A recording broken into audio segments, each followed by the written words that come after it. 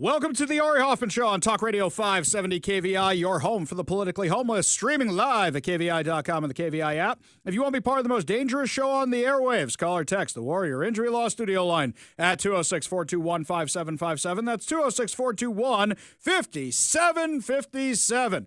Coming up this hour, Marxist Kshama Sawant's husband has been arrested.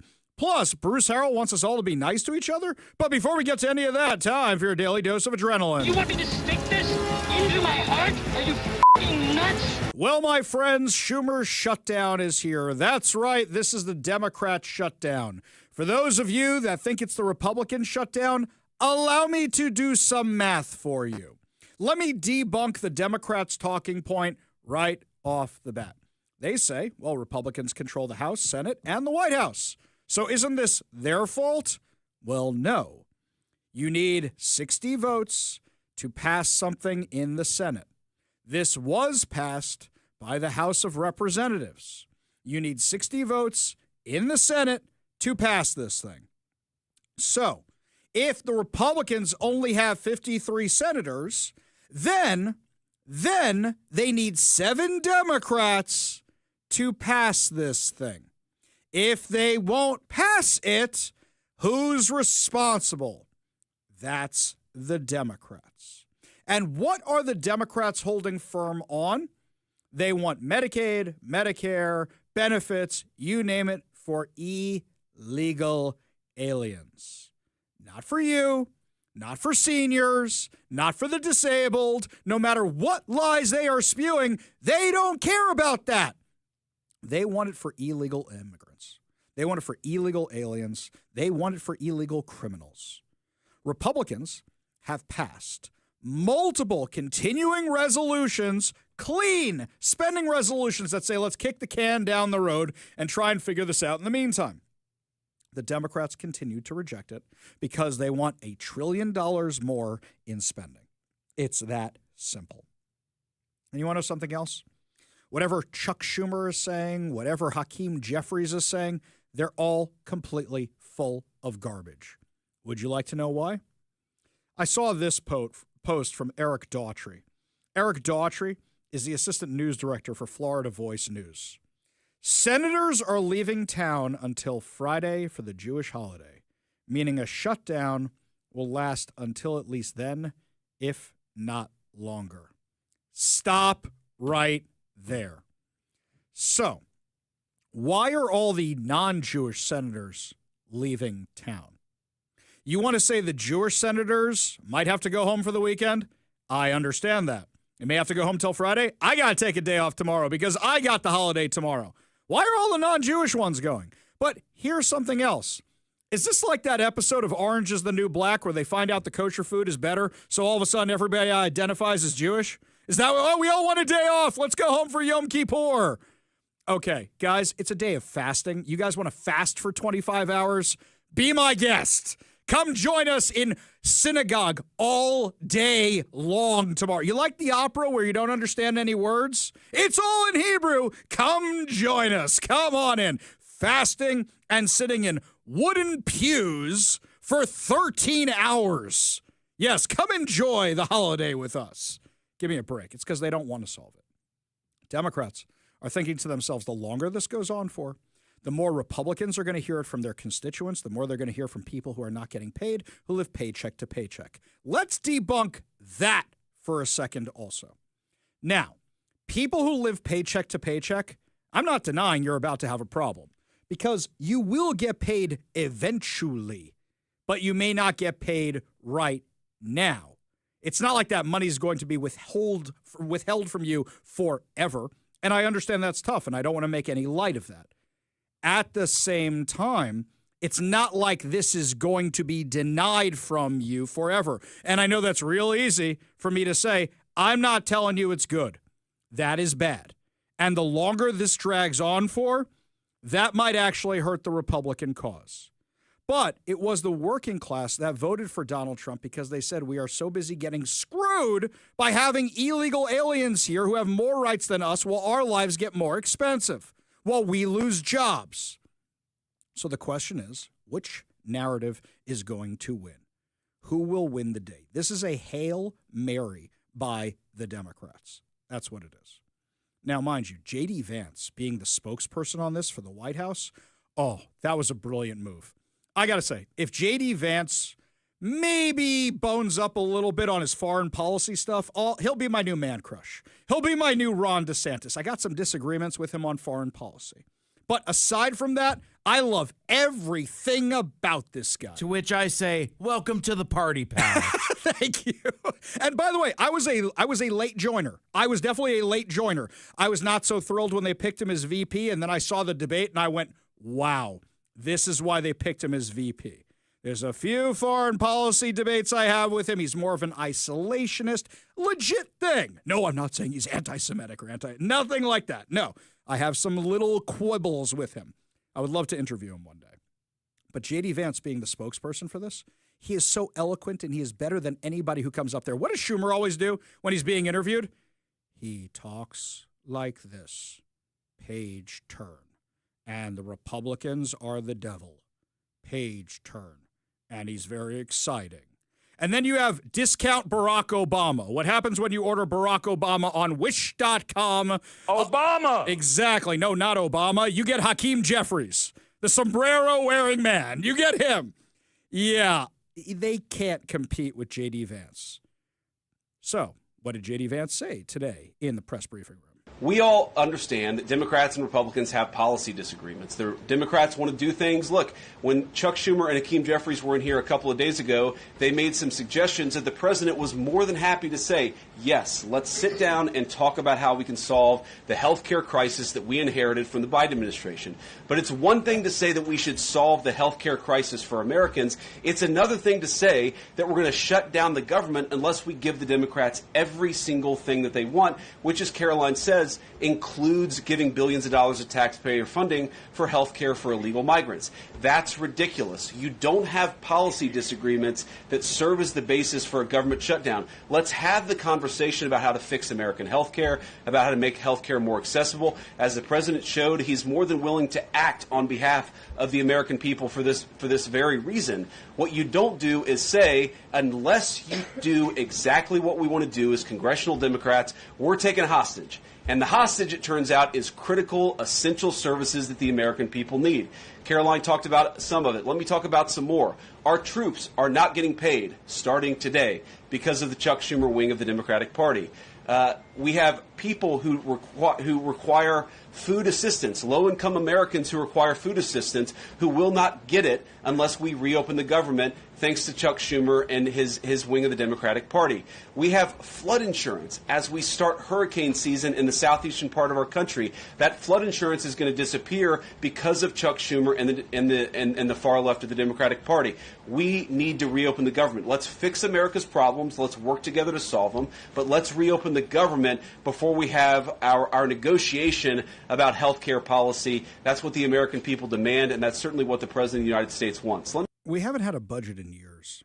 Instead, it's always continuing resolution, continuing resolution. This was Biden, this was Trump, this was Obama. We haven't had a budget in years because of this nonsense, which is why the debt and the deficit are out of control. Both parties are responsible for that. It's always, how close can we get to a shutdown or have a shutdown? And, okay, we'll pass the continuing resolution. We don't have a budget. Now, the Democrats are pushing back on this, saying, no, we don't want just health care for illegal aliens.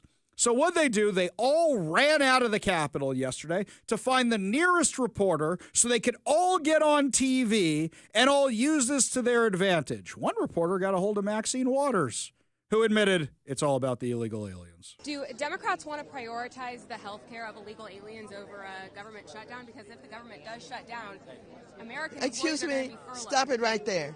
We're not prioritizing. What we're doing is saying simply we want to keep the government open and we want to work with the Republicans and have a bipartisan agreement to keep this government open, and health care is at the top of our agenda. But are Democrats demanding health care for illegal aliens? Democrats are demanding health care for everybody. Health care for everybody. If you weren't demanding it for illegal aliens, You would have said, no, that isn't true. We want it for the union workers. We want it for the dock workers. We want it for the poor people. We want it for the homeless people. We want it so emergency rooms won't be. Whatever things they would, we want it for the elderly. That's what Democrats usually say. But they want it for everybody. You know, I'm old enough to remember when it was Nancy Pelosi and the Democrats saying that they didn't want illegal aliens to get all these benefits. The undocumented are not allowed to receive benefits from this initiative. It was clear in the first bill.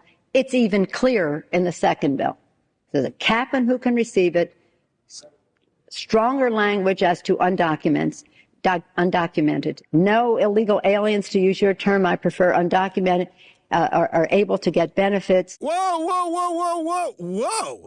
She's still in the House.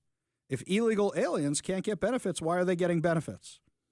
If he hits so good, how come he don't hit good, right? Joe Biden, back in 2007. Would you allow these cities to ignore the federal law regarding the reporting of illegal immigrants and, in fact, provide sanctuary to these immigrants? The reason the cities ignore the federal law is the fact that there is no funding at the federal level to provide for the kind of enforcement at the federal level you need. Pick up the New York Times today. There's a city not far across the river from my state that imposed similar sanctions. And what they found out is, as a consequence of that, their city went in the dumps, in the dumpster. Stores started closing. Everything started to happen. And they changed the policy. Part of the problem is you have to have a federal government that can enforce laws. This administration has been fundamentally derelict in not funding any of the requirements that are needed even to enforce the existing law. So, Senator Biden, yes or no, would you allow the cities to ignore the federal law? No. Okay. Says the guy who opened the borders wide open and said, everybody come on in. Everybody come on in. By the way, when the Democrats say, well, the military isn't getting paid, you guys hated the military. You guys hate the military. When they say law enforcement isn't getting paid, you should say, wait a minute, you guys want to defund the police. You're doing it right now. But you know what your even better argument is? Your better argument is saying, if these people aren't getting paid, why are you still getting paid? Because guess what? Members of Congress still getting their checks, even though the air traffic controllers aren't, even though members of the military aren't, even though law enforcement members aren't, even though government workers aren't. Guess what? People in the federal government who are in Congress somehow managed to escape the shutdown. That's why it's a partial shutdown. Hey, Hakeem Jeffries, what do you say to that? So there's been several members of Congress that have asked Bill Gates to be withheld if this shutdown extends. Do you advise Democratic members to do that, or is it up to them?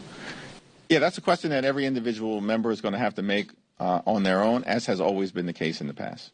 Will you withhold yours? First of all, that question is not even a ripe one because we're anticipating that this shutdown issue will be resolved. That's a no. That's a give me my paycheck as quick as possible. I don't care about anybody else who's not getting their paycheck. That is the best question to ask. Why are you still getting paid if these other people aren't? Now, here's something else the Democrats have done. Donald Trump can actually lay off a whole bunch of federal employees right now, which means he can do it without Congress. So congratulations, guys.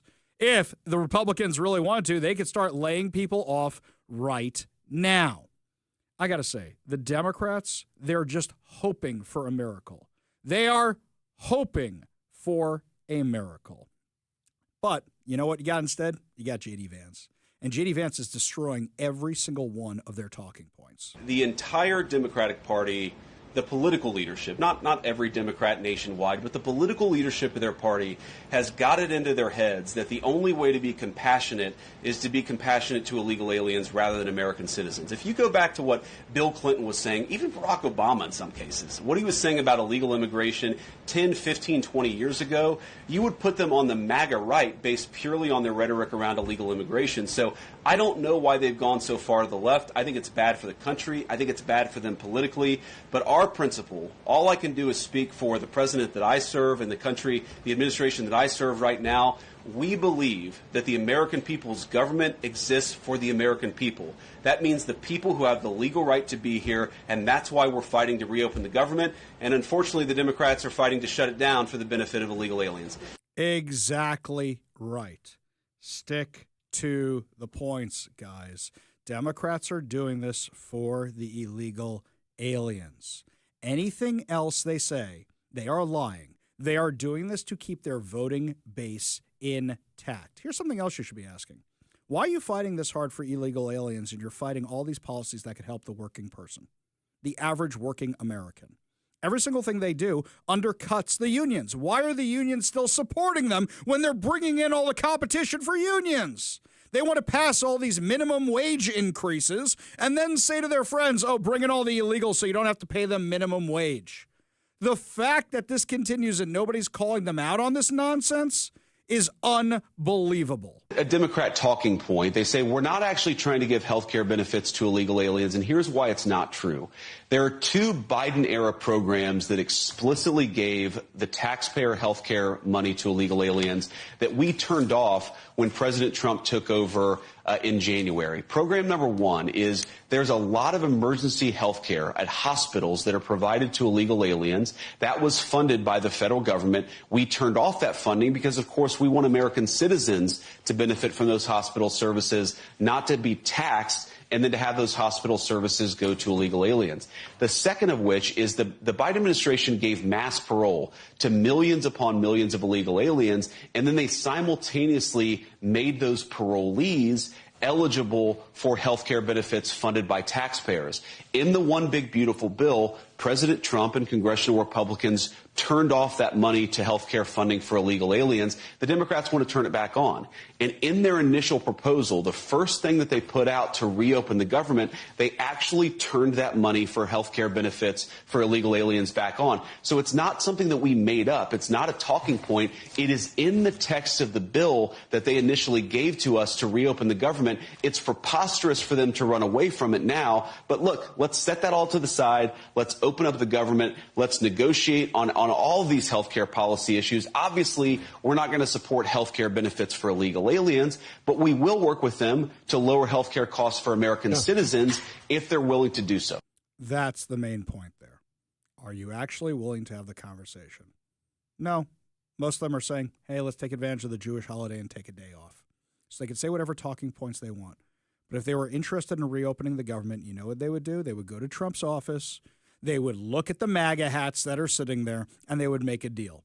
Or they would sit down with J.D. Vance, and they would make a deal. Or they would sit down with the Speaker of the House, and they would make a deal.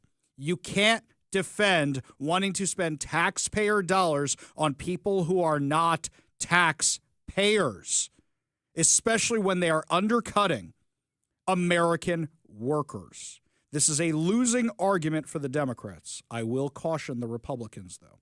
You did something very, very clever today. They ran on repeat in the White House press briefing room all the statements by the Democrats of the past, all of them, saying they didn't want to shut down the government. That's great. But you know the only people who saw it? The people in the White House press briefing room and a few people on social media who follow conservative reporters. You need to pay for ads to run that nonstop. The RNC needs to be running those ads right now. Schumer's shutdown, because you have to compete with 24/7 cable news where CNN, MSNBC, Washington Post, New York Times are going to be blaming Republicans, even though it is obviously the Democrats' fault. Lots more to discuss as the show continues, my friends. When we come back, everybody's least favorite Marxist, Kshama Sawant. Her husband, turns out, was the one who got arrested protesting for Hamas against Adam Smith. We have the crazy details for you when we come back. You're listening to the Ari Hoffman Show on Talk Radio 570 KVI.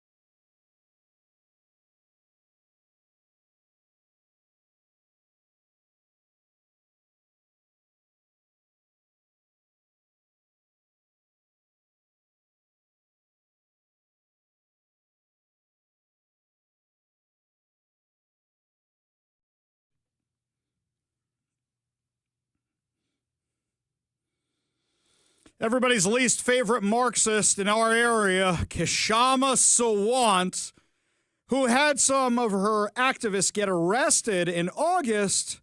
Como News found out some new details about who exactly was arrested. New details have emerged from the chaotic August 4th disruption of Congressman Adam Smith's town hall at Renton Technical College. Now, remember, Adam Smith is a Democrat, but he's a relatively reasonable Democrat. When we ask him to come on the show, he comes on the show. When we have disagreements, we don't hate each other.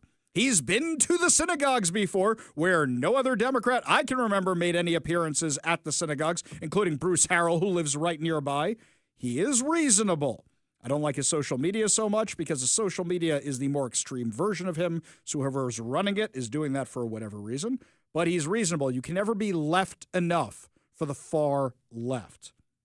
So, what happened was a whole bunch of Sawant supporters decided to protest at one of his town hall events that was a private town hall event, and some of them were arrested. What were they doing? They were mad about his support for Israel. Now, who led them into the building? Calvin Priest. If you don't know that name, Calvin Priest is the 54-year-old husband of Kshama Sawant.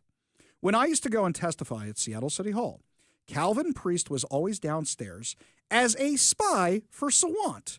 He was always looking who was there, trying to get his activists to do whatever it was that they do. He was her little minion. He's not so little, though. He is a ginormous white man. Big, bold, white guy, kind of looks like Kingpin, only nowhere near as cool. Marxist Kingpin. Let's call him that. He's a little intimidating. Not to me, but to a 22-year-old legislative staffer who was there. Let me tell you what happened. Como News broke this story. So I reached out to the Renton Police Department to get the video. Como News had a little smidgen of the video. I wanted the whole thing. Renton Police Department sent us over the video, and here's what it shows. You see a room where people are meeting in a town hall, and it's got these big glass windows behind where the podium and the microphone are. And what happens is you start seeing these protesters come past the windows and come to a door. A staffer is trying to hold the door closed, and these guys are forcefully yanking it open. So now assume little 5'0" 22-year-old female staffer trying to hold the door against giant 6'2", 6'3" Calvin Priest, and apparently the door whacked her in the process. That's assault. Now, the question is what they're actually charging him with. That's something else. But the fact that you're so violent and so aggressive to get into that room. So I said last night, I was joking to my wife. I said, yeah, I bet you he's sleeping on the couch tonight now that everybody knows this. And my wife, who is very, very wise, goes, are you kidding me? She put him up to it. No, probably the complete opposite is happening. This is what Kshama Sawant does. She sends in her little radicals. And she always is escaped from the scene before anything happens, or she doesn't show up herself. I remember during so many protests, she disappeared when she heard police were on the way and let everybody else take the fall for her. Now she's serving up her own husband? So this makes these clips even funnier.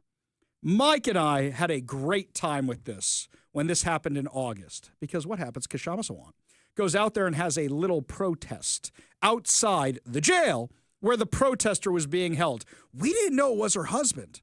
But the SCORE jail is right in the flight landing pattern of SeaTac Airport, Wayne's World style. So what do you think it sounded like while she's doing her thing, her little press conference outside? 3 of our fellow peaceful activists have been arrested merely for chanting against the war, against the genocide in Gaza, because they are angry that 500,000 Palestinians have been slaughtered.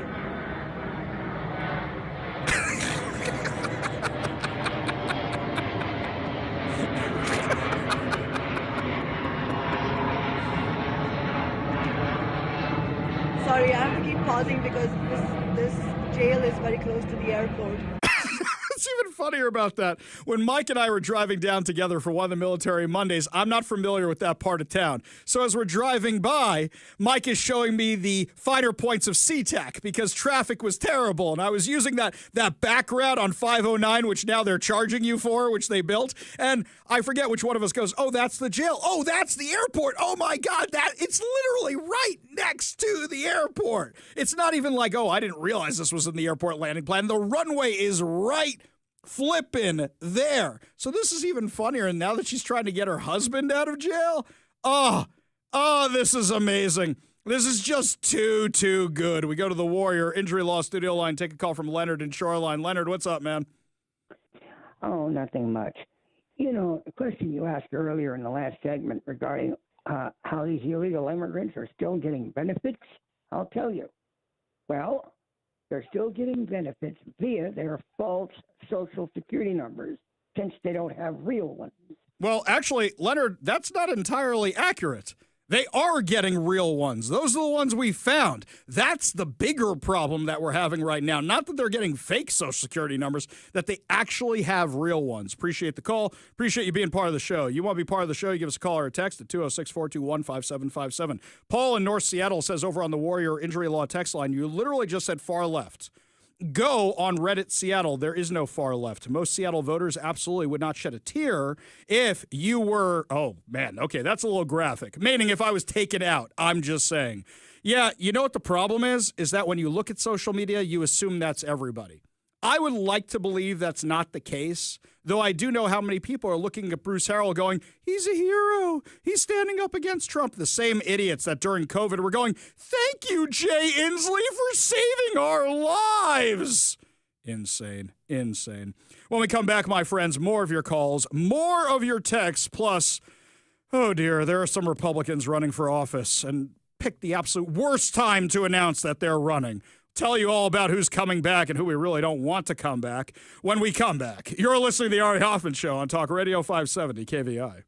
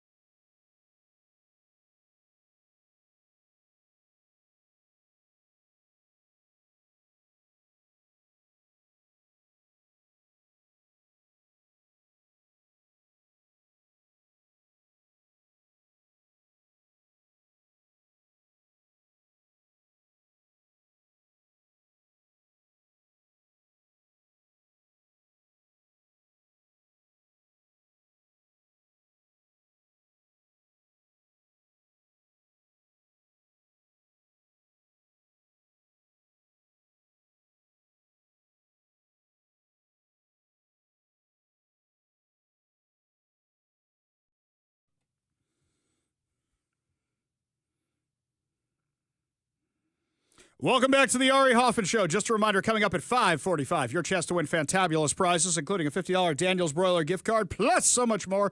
Yet another reason, always keep your radio tuned to 570 KVI. Left on your dial, always right on the issues. You can also stream us at KVI.com, download the KVI app, and, of course, subscribe on whatever your preferred podcast platform is.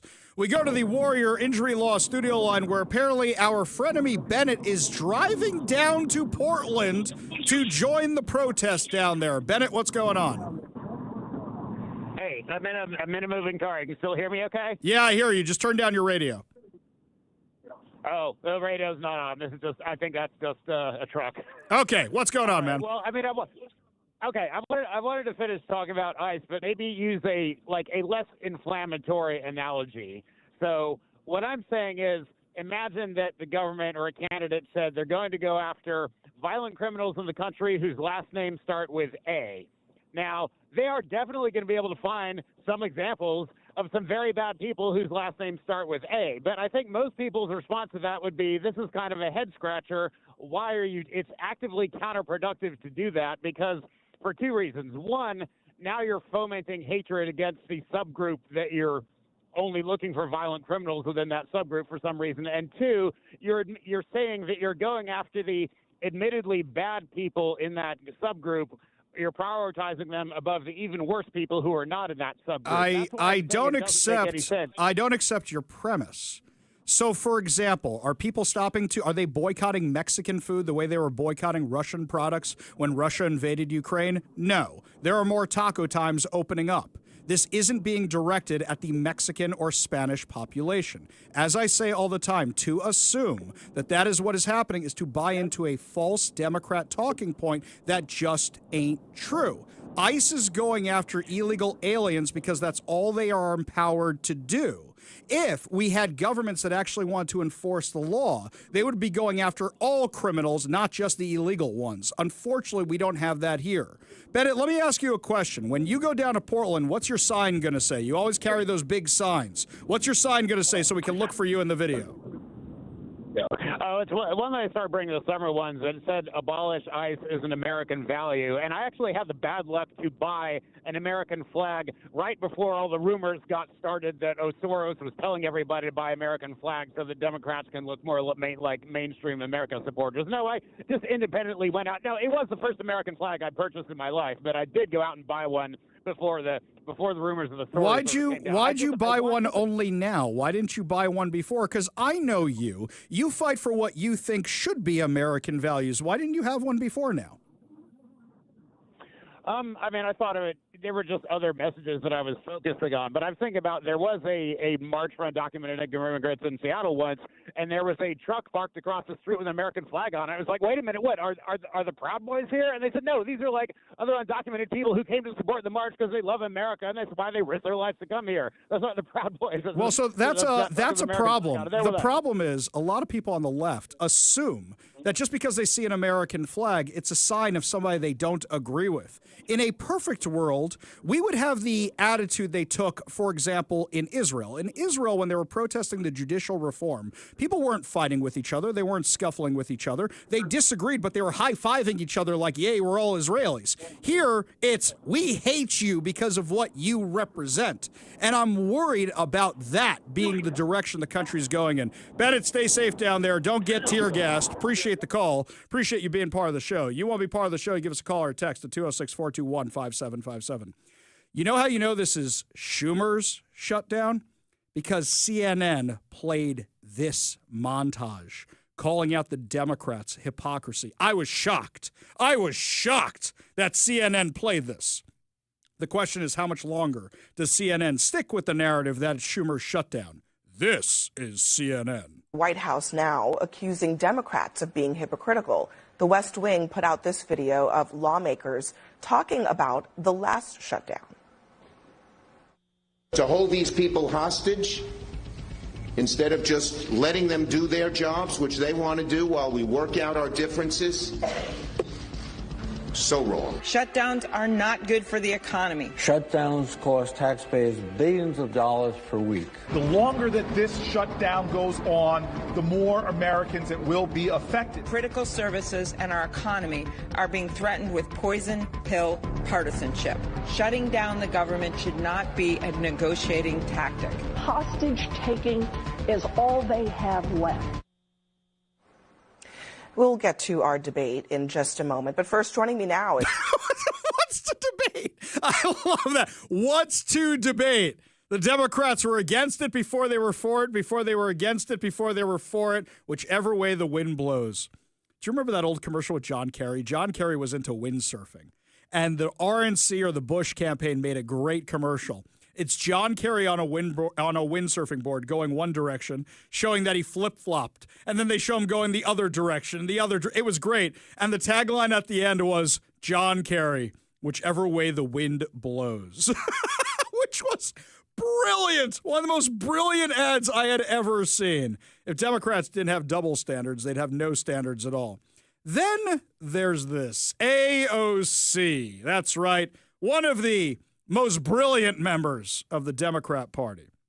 Here's AOC's message to the GOP. And I saw some Republican members of Congress saying, oh, well, if we have this shutdown, it's because of AOC. Well, if that's the case, my office is open and you are free to walk in and negotiate with me directly. Because what I'm not going to do is tolerate 4 million uninsured Americans because Donald Trump decided one day that he wants to just make sure that kids are dying because they don't have access to insurance. Well, okay, enough. But let's start with this. Can we fact check this for a second? Let's just fact check this.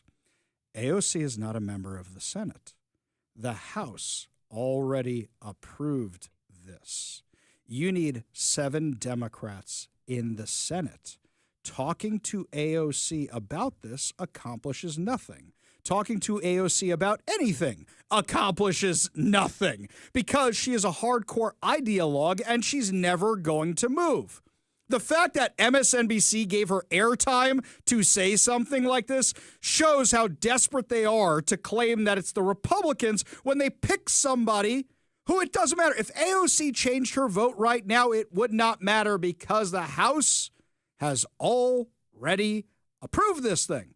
They didn't need you, AOC. Your vote no was irrelevant on this. So forget all your bogus claims about kids dying, blah, blah. You didn't seem to care about kids dying when they were flooding across the Rio Grande and being thrown into the waters by the human traffickers. You didn't care about that. Now, kids are dying. Spare me. Now, mind you, today of all days, Madison Cawthorn, the former congressman from Florida, who, let's just say, had scandal after scandal after scandal. There's video of some of the scandals and really accomplished nothing during his time in Congress except for ticking everybody off right, left, and center, has now announced he is running for Congress. Why? Quote, after Charlie Kirk's assassination, I knew that there was really no option. I've decided to run for Congress again. What? Talk about some kind of stolen valor here. I mean, what does Charlie Kirk have anything to do with you running? What does you running for Congress have anything to do with Charlie Kirk? This is absolute nonsense. You know what you're going to see more and more of? People trying to piggyback off of Charlie Kirk's name to raise their own profile. You're going to see more and more and more of this nonsense from the right. I should have done an entire When the Right Gets It Wrong segment on this, which maybe we will, by the people trying to profit off Charlie Kirk's death on our side, because it's reprehensible, it's despicable, as is Madison Cawthorn. When we come back, my friends, lots more to discuss. Oh, the ladies of The View ain't happy with Pete Hegseth, but then again, it's a day that ends in Y. We'll tell you what's going on when we come back. You're listening to The Ari Hoffman Show on Talk Radio 570 KVI.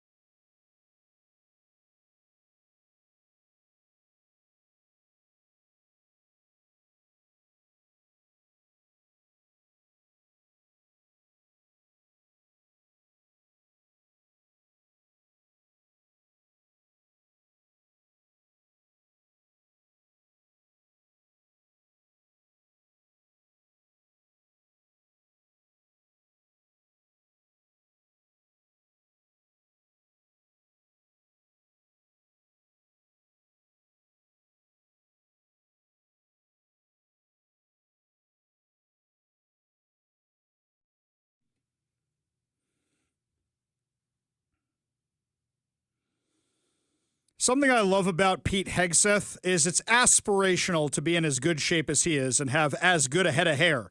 Him and Mike have similar hair availability, shall I say, which I'm a little envious of these days, as you can see over on the video live stream. But something I really like is anytime he goes to a military base, he's doing physical training with the guys on the base. So he says he wants the generals to be the same thing. You should never, when you're in a position of leadership, you should never ask somebody to do something you yourself are not willing to do. That's Leadership 101. Yes, they actually teach that in management classes in business school. That is Management Class 101. So yesterday, the left got oh so mad when he said, hey, the generals shouldn't be out of shape and they should be in the same physical shape as the people they are ordering to go to the battlefield. And say no more of this woke garbage. Well, the ladies of The View didn't like that at all. Not at all. I'm actually really befuddled by why he did that. The optics were terrible, meaning all of our top military brass are all in one place, and we spent $6 million to get them there. Okay, now all of a sudden you guys are worried about money? That's funny. But number two, no, the optics weren't terrible. You know why? When the camera was panning over to the generals, you go, these guys are out of shape. They haven't been in shape for years. When I was a lifeguard, I had to pass a physical requirement for all the years I was a lifeguard. And guys who didn't pass didn't get to be a lifeguard because people's lives hang in the balance. We should definitely accept the same thing from our service members. That didn't make a lot of sense to me. It also didn't make a lot of sense to me that he was saying that he was going to toughen physical standards and review the anti-hazing policy by sort of implementing a hazing policy. Oh, stop with that. Oh, I'm sorry your drill sergeant yelled at you. I'm sorry they made you run a little bit. I'm sorry they lowered the standards to say you don't have to climb the rope and you don't have to climb the wall. And you don't have to be able to do any of the things we need in combat for you to be able to carry heavy loads, be able to carry fallen members, be able to climb walls, climb barricades, climb whatever. Tell me you don't understand the military without telling me you don't understand the military. And then also he said he was going to return to the highest male standard for combat positions because the troops were fat. Yeah. I don't understand how that was supposed to be an uplifting message for our military. It's not supposed to be an uplifting message. It's supposed to be you're out of shape. I got something like this from a doctor buddy of mine. I went to a doctor buddy of mine and I said, you know, my knees are absolutely killing me these days. I think it's I'm getting old. And he looks me up and down and he just goes, no, you're fat. He just looked at me like that. And he said, for every pound you put on, that is 3 pounds on your joints. Imagine what you've done to your joints. He says to me, how many pounds overweight are you?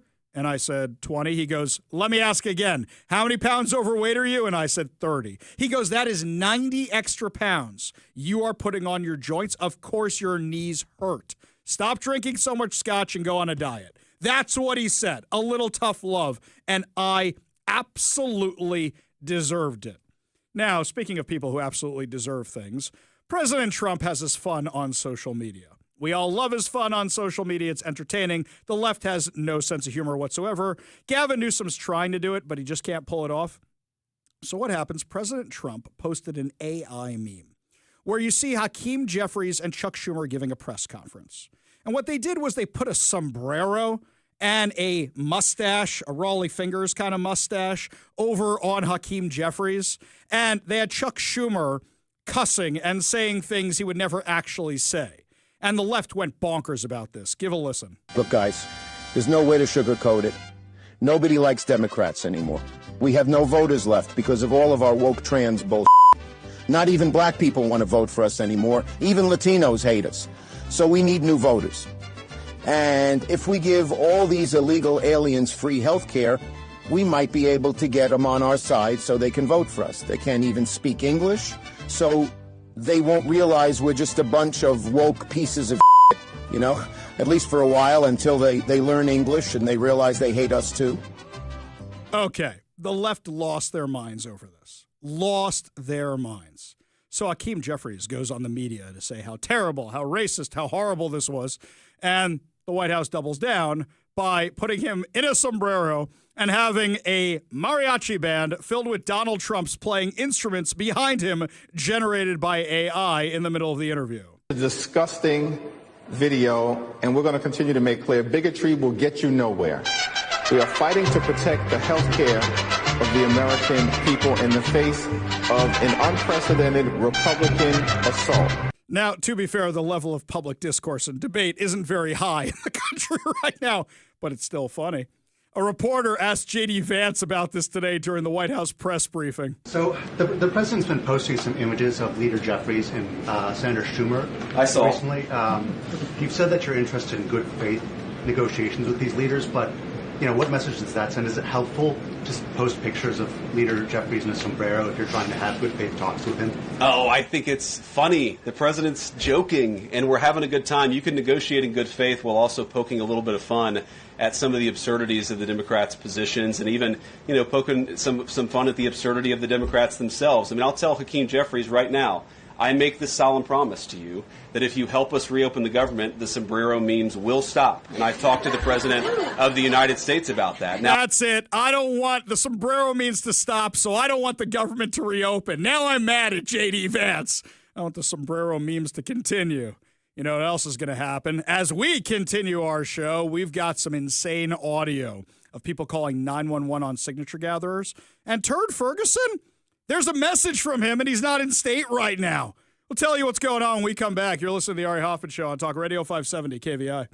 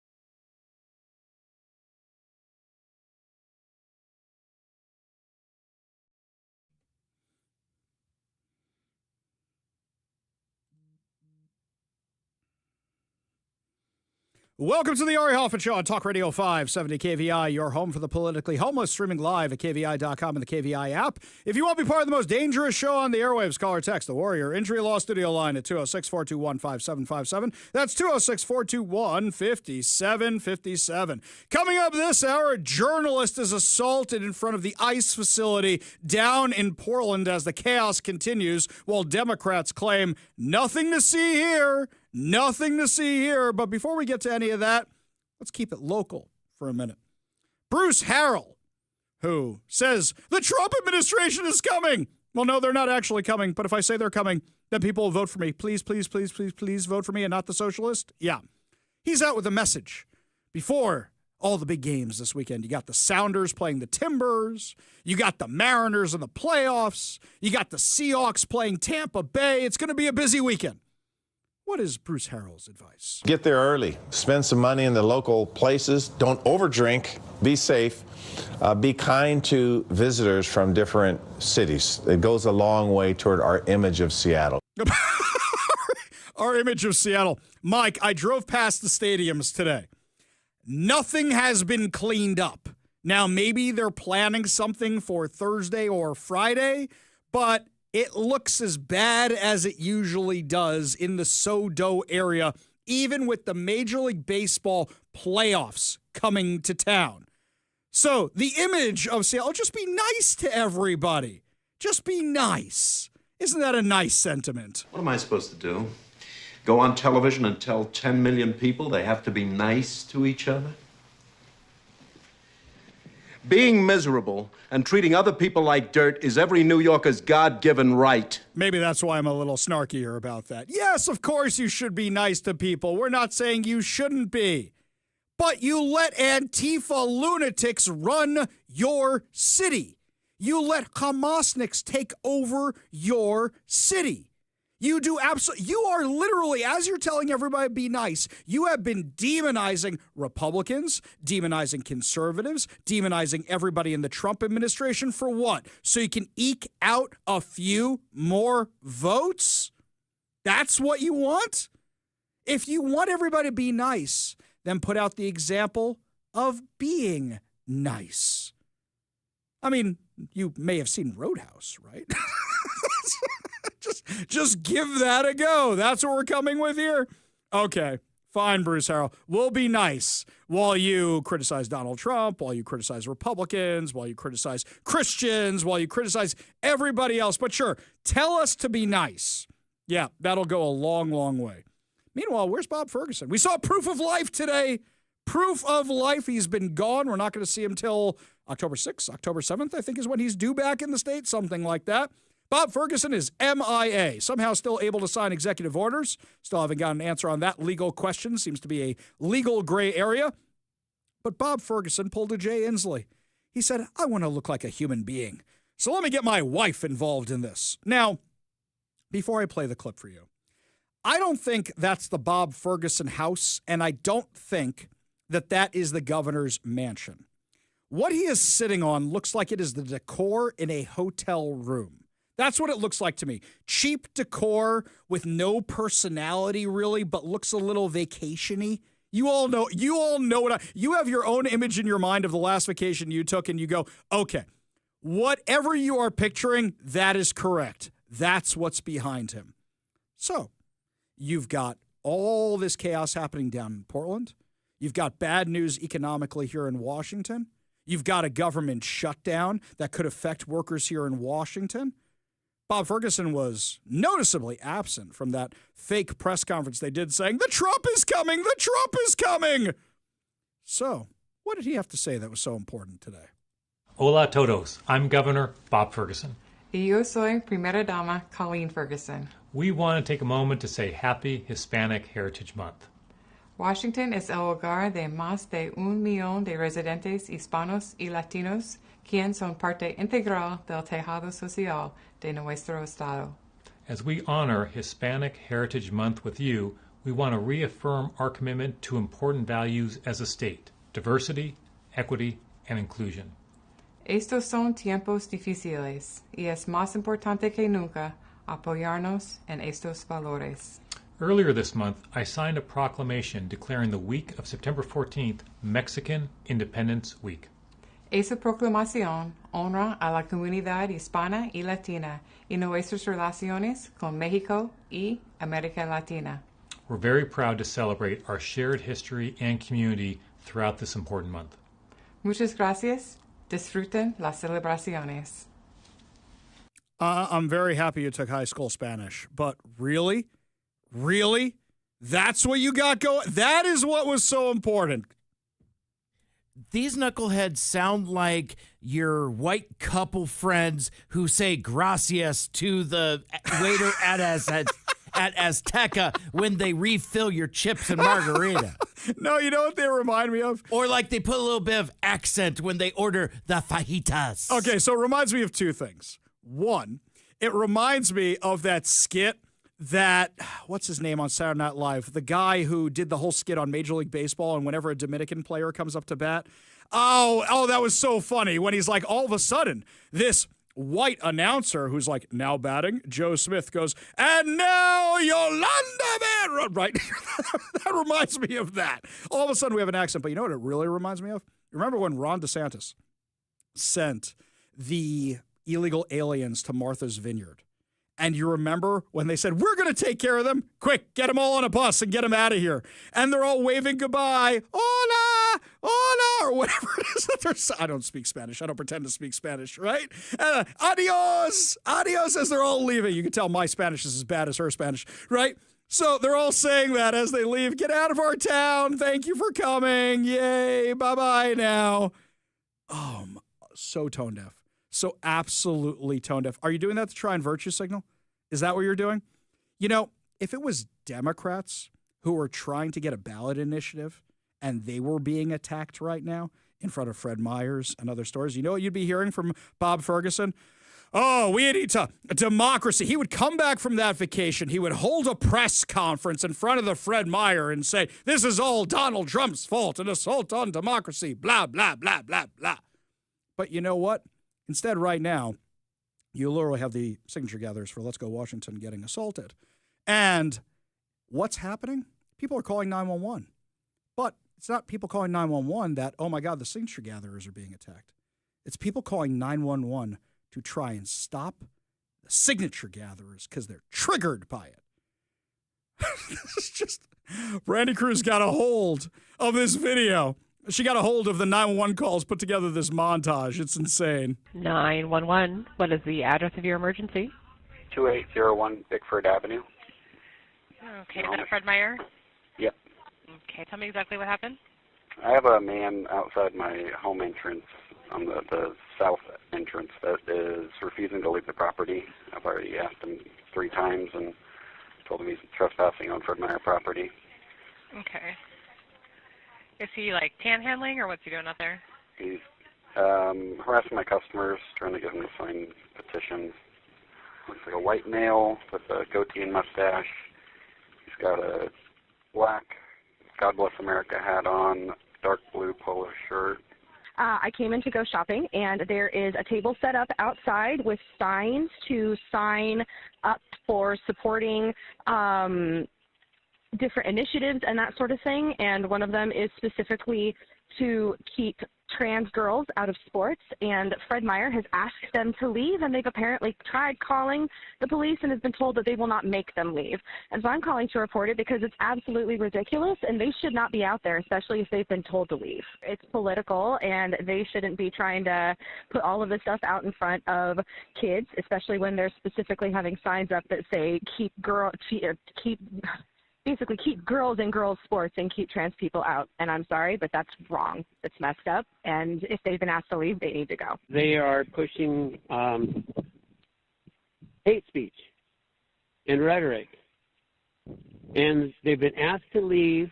They haven't left by the management of Fred Meyer. Apparently, they told me also the police were called, but nobody showed up yet. And they're on their property. I mean, don't have patience for people like that spout hate.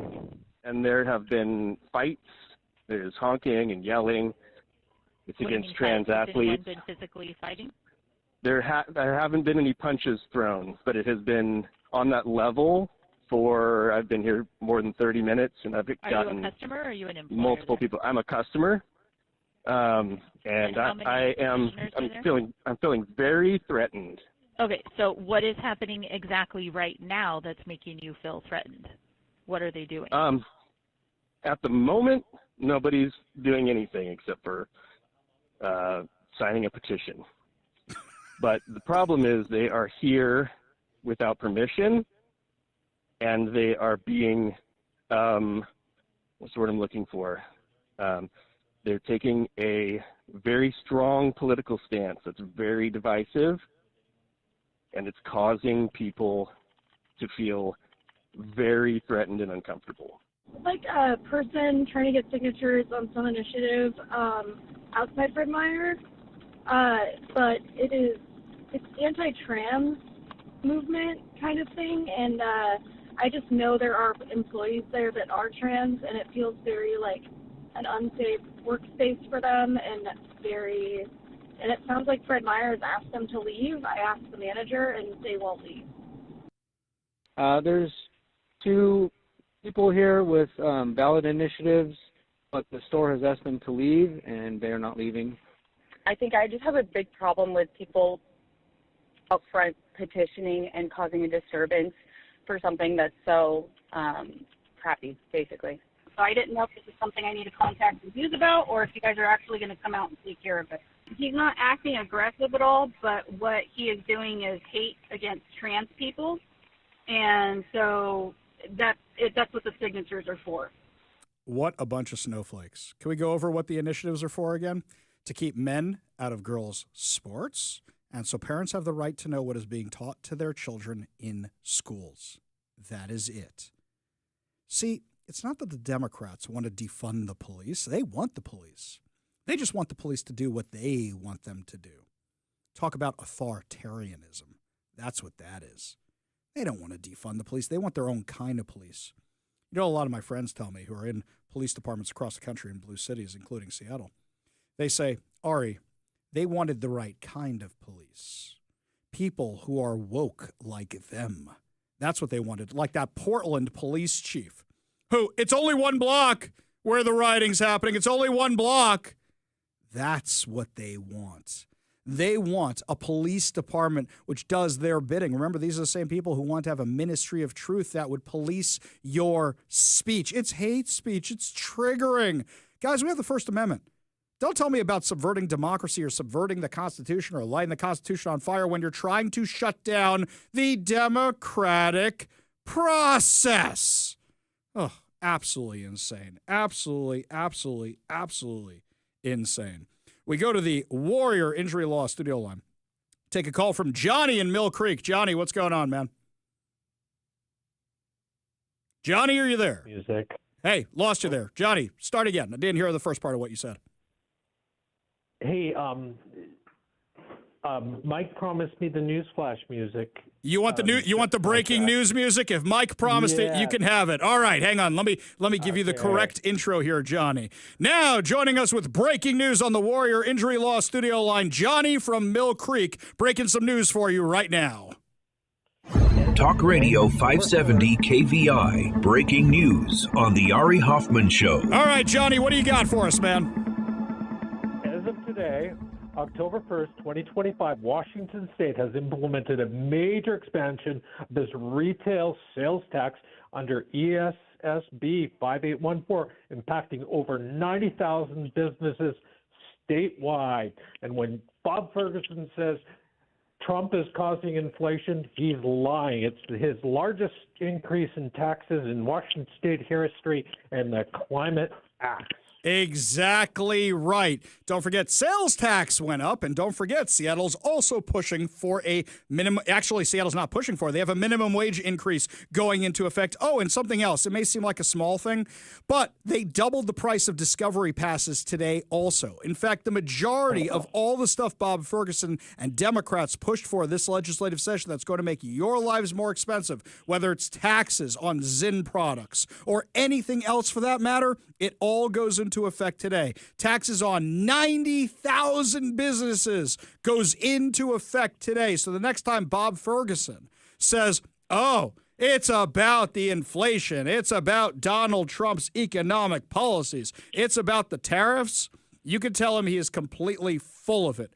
Johnny, great call, man. Absolutely great call. Appreciate you being part of the show. You want to be part of the show, give us a call or a text at 206-421-5757. That's 206-421-5757. I remember who Mrs. Ferguson reminds me of now, Mike. Marcelo Hernandez on SNL. That's who it was. This clip right here. Home run, Colin. He throws the bat to a different dimension. And once he gets to home plate, he thanks everyone he's ever encountered. He's like, thank you to my mother and my sister and my father and that one guy from the bodega that gave me that papitas that one time. Everything changes when they bring out the Dominican guy. The American announcer who's been speaking English the whole game gets an accent all of a sudden. Now this guy named Jeff is like, and now, coming to the plate, from Santo Domingo,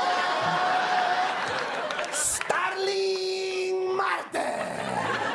That's what she reminds me of. That's what it was. I knew it was running around in my head. That's exactly what it was. We go to the Warrior Injury Law Studio line. Take a call from our friend Transit Joe. Transit Joe, I'm going to do a big push for mass transit later in the show. You should be very, very happy about that. I really appreciate your sudden fandom of public transportation. It's very I wouldn't much call it appreciated. that. I'd call it a necessary evil. Yes, Joe, what's going on?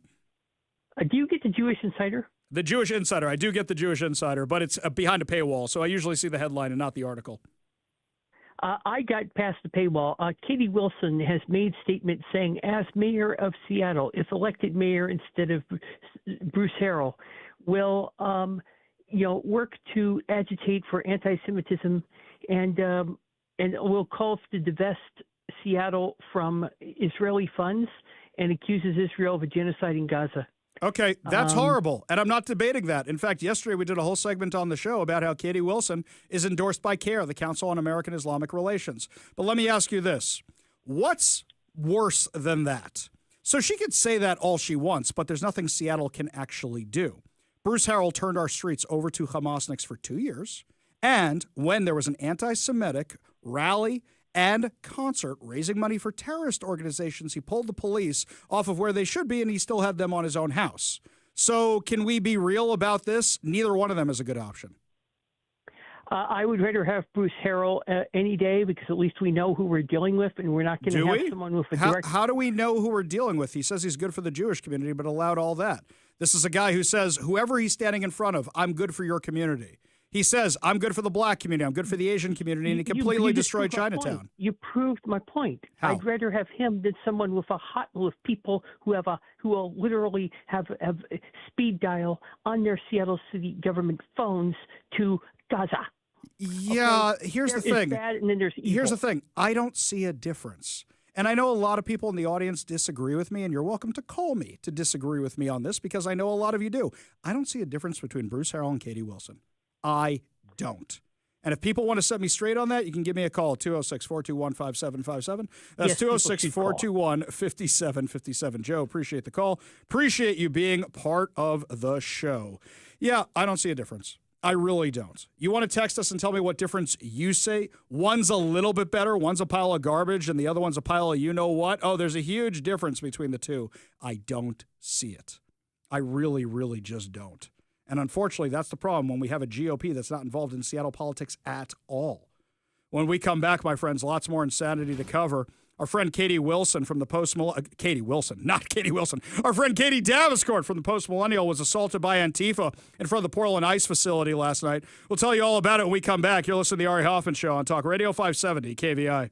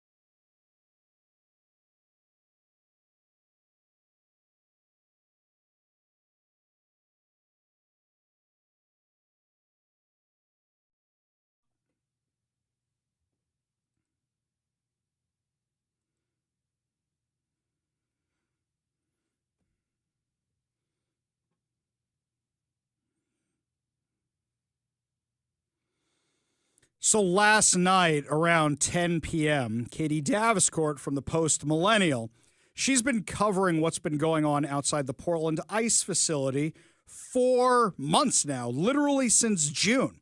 She's been out there. What are we at, 100 nights? More than 100 nights at this point? June, July, August, September. September's over. Now we're in October. Yeah, I think we might be closer to 110 nights. I have to do an exact count on it. But this rioting has been going on for months, literally for months, even as Portland officials say everything's fine. Did you happen to notice the video that Tina Kotek did? We played it the other day on the show. If you look at the video of Tina Kotek, there's something you notice. She's walking through downtown Portland. Look behind her. Everything's boarded up. If Portland's so thriving, why is everything boarded up? And then I told you yesterday about my conversation with Jonathan Cho. Jonathan Cho was down there, and he says how bad it is on every single street corner. There's needles, there's tents, there's everything else. And what happens is this is a byproduct. Portland's worse than us, by the way, in terms of this stuff. You see it on the freeways. You see it everywhere. Here, it's specific areas and surprise areas. We know 3rd Avenue is a disaster, but it could crop up anywhere. You should see Rainier Avenue these days. My God. So what happens is when the homeless move in, businesses move out.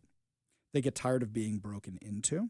When I went up to Vancouver to see all the injection sites, all the businesses were boarded up. The businesses that weren't boarded up had nothing on the shelves because they didn't want anything stolen anymore. That's how bad it was. Behind Tina Kotek, when she's out there hand in hand walking with her wife, girlfriend, I don't know who that person is. But when she's doing that, behind them, every business is boarded up. So now you've got the Portland ICE facility.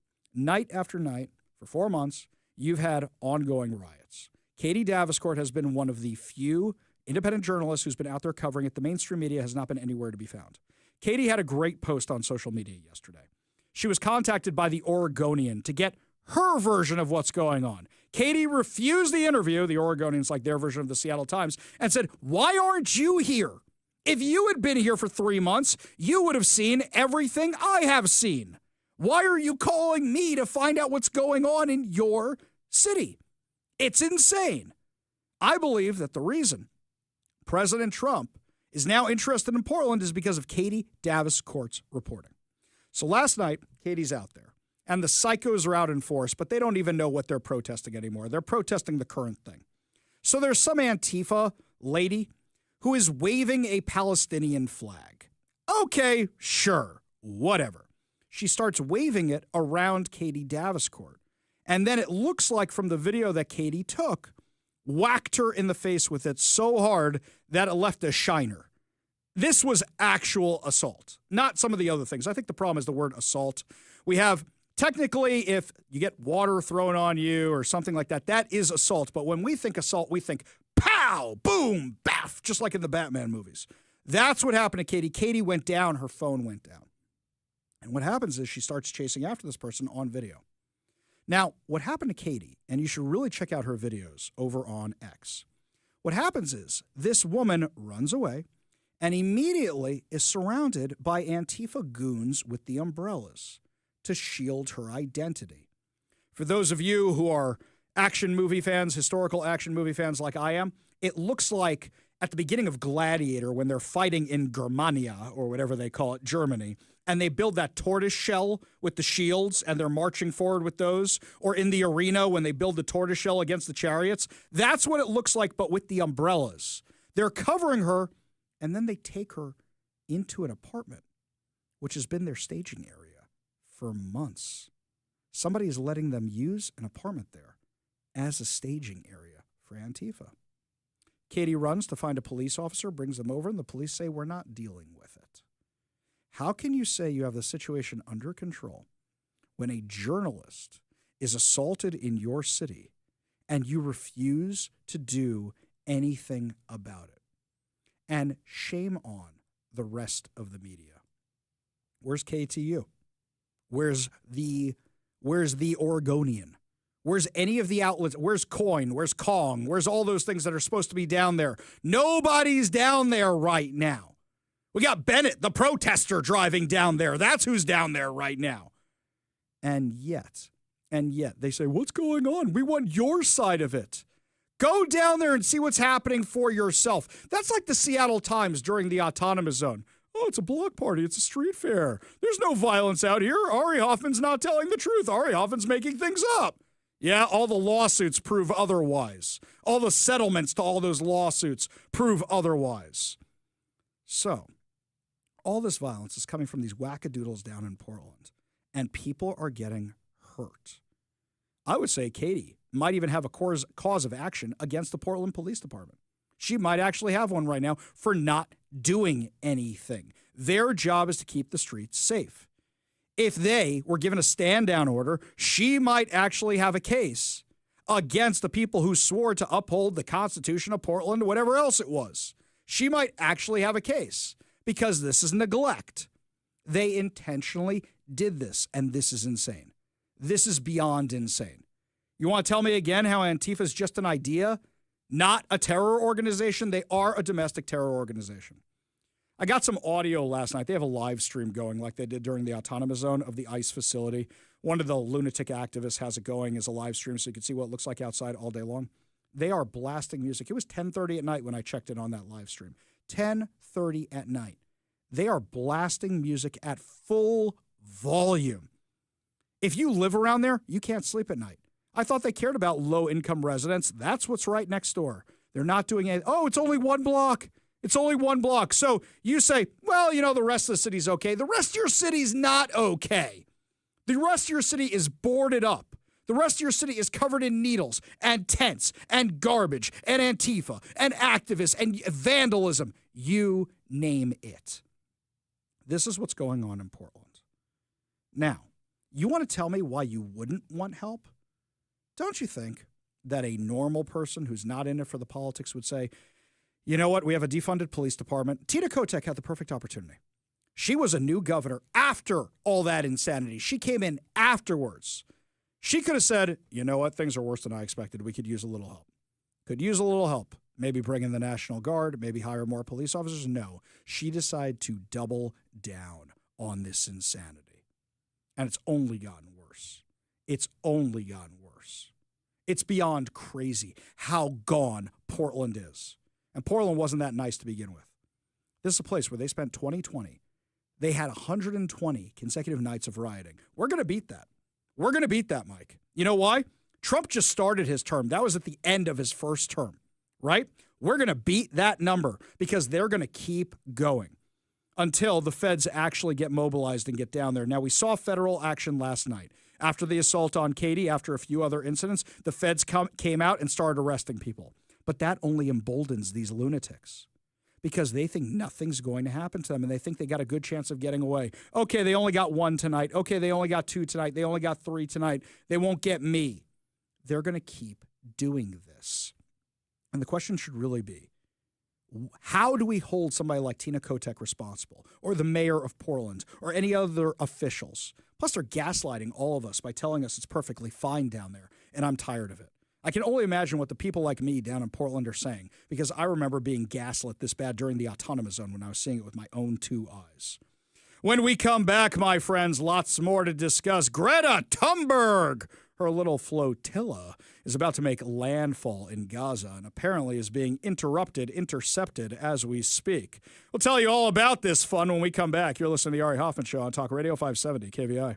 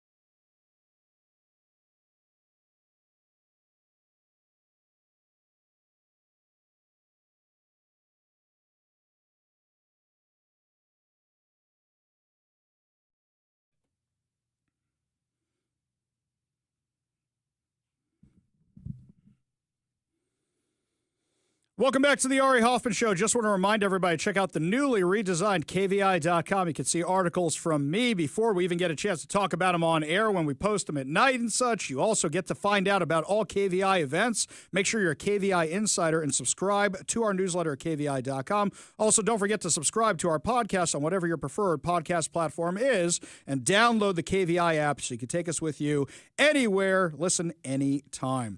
Big news coming out of the White House that affects us here in Western Washington. U.S. Immigration Judge Charles Neal Floyd has been has been appointed to be the new U.S. Attorney in Western Washington. This is pending confirmation, though. He expects to be sworn in as acting U.S. Attorney on Monday. You want to know how you know this guy is good for business? Here's a Seattle Times headline. Ready for this one? Tough Tacoma immigration judge named new U.S. Attorney in Western Washington. Why isn't it just Tacoma immigration judge named U.S. Attorney? Oh, you mean because he's actually strict on immigration? Oh, no. Well, actually, I guess now that you mention it, that's news here in Washington, that you actually have somebody like that. If the Seattle Times hates this guy, we like this guy. This is great news. We're going to reach out and try and get this guy on the show. I think it'll be a lot of fun, by the way.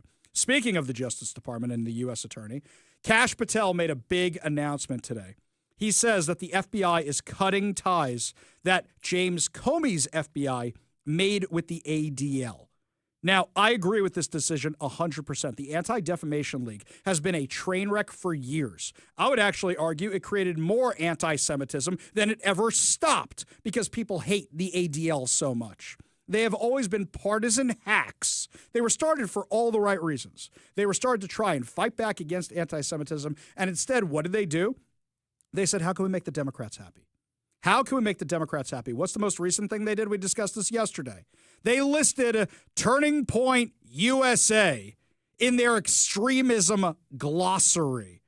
Yeah, a whole bunch of college kids talking about conservative values, traditional values, Judeo-Christian values, who have kits and lesson plans and curriculums on Israel. They're a bunch of extremists. Yeah, so much for the ADL. The ADL has actually supported laws in our area that have been used to target conservatives and protect Antifa and Hamasniks. The ADL in our area was MIA when I got death threats on me. In fact, any of the times I've gotten death threats on me, the ADL, nope, not interested, doesn't even return the emails half the time. That's the ADL. They are of no use. Their data is of no use. In fact, somebody's actually slipped me some of their data. I saw the email. Haven't had a chance to respond yet, but I see the data sitting there. I will dig into it. The way people report hate crimes to the ADL, they don't go through the police database. They don't go through the FBI database. You know what they pull? From their own donors, from their own followers. So what do you think the people who donate to the ADL or follow the ADL are reporting? I saw a white supremacist in a MAGA hat. Right? That's what they're probably reporting to the ADL. What a bunch of garbage. Meanwhile, ADL out here, haven't seen them for the last 2 years since October 7th. Where have you guys been? What have you guys done? Not here, not present. And there is somebody from the Northwest who lives here in Seattle. And I haven't seen them do anything. Not a damn thing. Instead, it's just what the Democrats want us to do. Let's go do that. Let's go be spokespeople for that. Needless to say, I'm not going to be invited to speak at the ADL anytime soon. That's fine. That's fine by me. You want to invite me to speak at your function, email me, ari@kvi.com. That's ari@kvi.com. So as we speak, Greta Thunberg. I just can't. Okay, let me back up a second here and fill you in on what's going on. So for the past few weeks, Greta Thunberg and her crew of Hamas supporters loaded up the sailboat flotilla, another one. Yeah, it's not the same story. Exactly. It's a different story. They're doing this again, my friends. That's right. So what happens? They got their boats. They got their boats, and they got their flotilla, and they claim they're bringing aid to Gaza. Another one. Exactly. Another one. Another one. It's basically... I got there eventually. That's okay. It's basically the selfie flotilla. That's what it is. The selfie flotilla. So what happens? You see all these people in drum circles and all taking pictures of themselves dancing. Let's go to Gaza. You know, ironically, it was a whole bunch of people that were dancing at the Nova Festival that were massacred by Hamas. You know what they would do to you in Gaza, you lunatics? Israel's saving your lives by stopping you from going in there. So what happens? They start detaining boats because they finally reached Gaza. There's a blockade on the terrorist enclave. And I think Greta Thunberg just did this so she could meet an Israeli soldier again. Like every other Jewish girl who goes on an Israel trip for the summer or anything else. I want to meet a cute Israeli soldier. I think that's why she's doing this. So Greta Thunberg and her crew are getting detained as we speak. In fact, there's a tracker. There's a flotilla tracker for the global movement to Gaza. Yeah, 9 out of the 44 flotilla boats have been boarded by the IDF, and people are detained. The other 35 are just floating out there, waiting to be boarded on the live stream. That's what they want. It's the selfie cruise. They didn't actually expect to accomplish anything. They just want to say, we took on Israel and we survived. Great, so they'll cram you in the back of the airplane and ship you back to wherever you came from like they did last time with Greta. This is nonsense. You guys really want to do something? You know there's a peace deal on the table? A peace deal has been offered by President Trump. Where's all the ceasefire now, people? I noticed they're awfully quiet all of a sudden. I was really hoping that deal was going to be signed before the flotilla got there and said you guys are complete waste of time. You know what else they're doing, by the way? This is interesting. They have packed up the aid, which isn't aid, by the way, into these floating plastic water bottles, and they're throwing them overboard so that maybe they'll float to Gaza like messages in a bottle. Wait. I thought you were the climate change activists. You want to stop climate change from polluting the oceans, but you're throwing plastic into the ocean with other stuff. Yeah, this makes perfect sense. This is liberal logic on full display.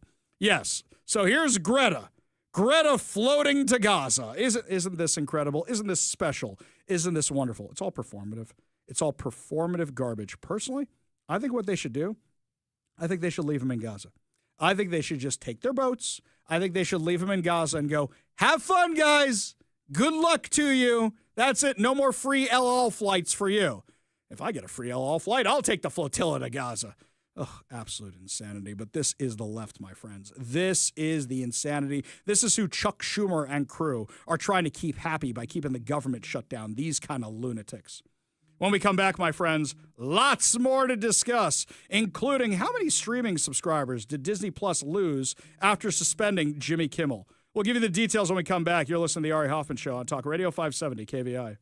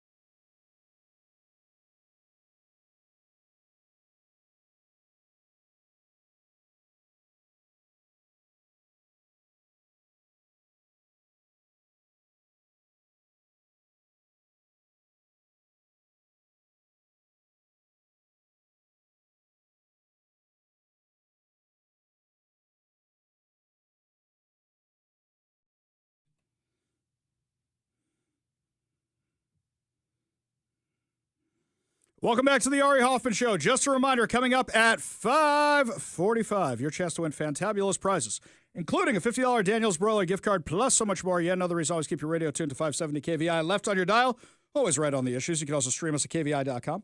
Download the KVI app, and of course, subscribe on whatever your preferred podcast platform is. Gizmodo, not an outlet that we normally get information from, but they said, how many streaming subscribers did Disney lose after suspending Jimmy Kimmel? So according to them, Disney lost 1.7 million paid streaming subscribers who canceled service in the immediate aftermath of ABC pulling Jimmy Kimmel from the airwaves, according to their reports. His show, Jimmy Kimmel Live, was suspended for a week after you had him make those comments about Charlie Kirk's assassination. Now, 1.7 million paid streaming subscribers. Here's your issue and why these numbers are slightly questionable / more political. So let's go through it for a second. We don't know why 1.7 million people quit the streaming platform. Was it because of a boycott? I'm sure that had something to do with it. But if it's because of a boycott, maybe Disney has learned their lesson. Stop getting involved in politics. How many Republicans did Disney lose when they started putting that woke garbage into their platform? They lost millions of them. Their stock took a hit. It was so bad. So you lost a bunch of streamers, but here's something else. And I know this happens with me. Sometimes when a company gets mentioned, you go, oh, right. I've been meaning to cancel the subscription to that company. And I've thought about canceling my Disney Plus, not for political reasons, but just because I own all the Star Wars movies. I own all the Disney movies. What are they producing anything new I haven't seen yet? Not really. That's one of the services I use the least. Hulu, I can get most of the stuff there on any other platform. ESPN, yeah, definitely not watching that at all anymore. And it's one of the most expensive subscriptions I have for streaming. So is this really something I want to keep? Now, a lot has been made about the fact that Sinclair Media has put Jimmy Kimmel back on air. I had my own theories on why, but somebody sent me something, and I thought this was fascinating. There's a guy named Dan Satterfield, former meteorologist, journalist type, who's well-respected in the industry. He posted this. Okay, I keep getting asked about how to complain about Kimmel. The best way to complain that will have the biggest impact? See if you have a Sinclair or Nexstar station in your area. Watch the local newscast tonight or sometime this week. Note the companies that bought the TV advertisements. Call them and let them know you will boycott them until they quit supporting that media company. Trust me, I've worked in TV for 45 years. Nothing you do will have a greater impact. Nothing. This is a much more effective tool than canceling Disney. We did cancel Disney, but calling random business who is buying ads on the local Nexstar station will have a big impact. He will find another station to buy advertisements on. What he's literally doing is encouraging people to boycott these TV stations. Now, as a guy who is in the biz, so you don't respect people's freedom of speech, freedom of choice to put on whatever they want on the airwaves. Instead, you went this route with it. When we talk about the media being complicit, there's a deep state in the media too. They're not the deep state. They're the deep broadcasters. They're the ones who want to keep pushing this leftist insanity. Why did we lose Vietnam? We lost Vietnam for a lot of reasons, but a lot of people put the turning point to Walter Cronkite, saying there's no way we can win this war after the Tet Offensive. A lot of people put it towards that for having embedded reporters who, in their excitement to show what was going on in war, a lot of people hadn't seen war before. And they said, this is horrible, this is terrible. War is awful. War is terrible. But because that started turning public opinion. And when it started turning public opinion, that's when you said, hey, wait, no, this has to, no, we can't do this anymore because people didn't understand what they were seeing. And there's no context, and there's just one narrative, and there's just 3 stations. What'd you have back then? ABC, NBC, CBS, that was it? Now look at all the different options you have. So this is the media. Rather than saying people have a right to consume whatever they want or a media company has a right to do whatever they want, taking somebody off air, you're sticking up for Jimmy Kimmel. Is his content that good? Has anybody laughed at Jimmy Kimmel in years? Literally in years? No, of course not. It's absolute garbage. I haven't enjoyed him since he was on The Man Show. I enjoyed him a little bit in 2015 because of the Mets were in the World Series and some Back to the Future anniversary stuff. It was great. But aside from that, I haven't enjoyed Jimmy Kimmel's humor in a long, long time. Is this what everybody wants to go to fight for? This is what you want to do? And they're literally telling people to go after the advertisers. Rumor has it, this is exactly why Nexstar and Sinclair put him back on air, because people were targeting their advertisers. In fact, their ratings went up when he was off air. The local affiliates' ratings went up because people said, we respect these outlets because they're not airing this garbage, and they got more people tuning in. Jimmy Kimmel, what, he get a bump for one night and then he was down 64% the next 2 nights? We don't even know how far down he is now, but it's going to be a constant slide back to what, the 2.3 million people? Of all these people who say they support Jimmy Kimmel actually supported Jimmy Kimmel, they never would have taken him off air in the first place. None of them actually watch the show. When we come back, my friends, lots more to discuss, including a Christian group that is now suing the city of Seattle. What are they so mad about, and why I hope they win? When we come back, you're listening to the Ari Hoffman Show on Talk Radio 570 KVI.